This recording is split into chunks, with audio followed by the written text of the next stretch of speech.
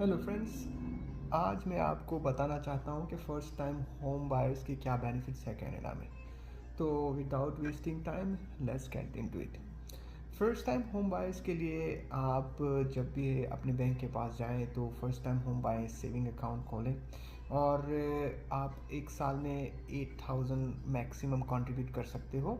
8,000 for husband and 8,000 for wife. So total 16,000 you guys can contribute. आप 16,000 contribute कर सकते हो।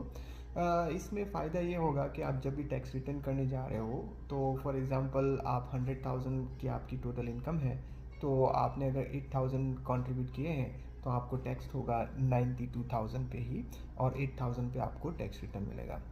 डिपेंड करता है कि आपका कौन सा टैक्स ब्रैकेट है। दूसरा है, आप इसमें मैक्सिमम अप टू 40,000 कंट्रीब्यूट कर सकते हो। और दूसरा है आरआरएसपी में आप मैक्सिमम 60,000 तक विड्रॉ कर सकते हो अगर आपने कंट्रीब्यूट किया है तो। 60,000 for the husband and 60,000 for the wife. RRSP में प्रॉब्लम ये है कि आप जब भी विड्रॉ करते हो तो आपको गवर्नमेंट को बैक करने पड़ते हैं आरआरएसपी अकाउंट में, लाइक विद इन 15 ईयर्स। सो आपने जो भी अमाउंट विड्रॉ किया है डिवाइड बाय 15, तो एवरी ईयर आपको कंट्रीब्यूट करना पड़ेगा। अगर आप कंट्रीब्यूट नहीं करते हो तो उसके अंदर वो जो भी इनकम है आपकी काउंट हो जाएगी, आपको उसके ऊपर टैक्स लगेगा।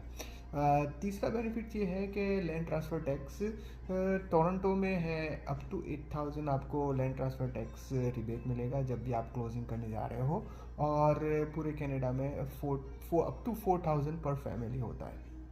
चौथा बेनिफिट ये है कि अप टू 50,000 अगर आपने कंस्ट्रक्शन कोई न्यूली कंस्ट्रक्शन हाउस बुक करवाया है तो उसके ऊपर आपको अप टू 50,000 का बेनिफिट मिल सकता है।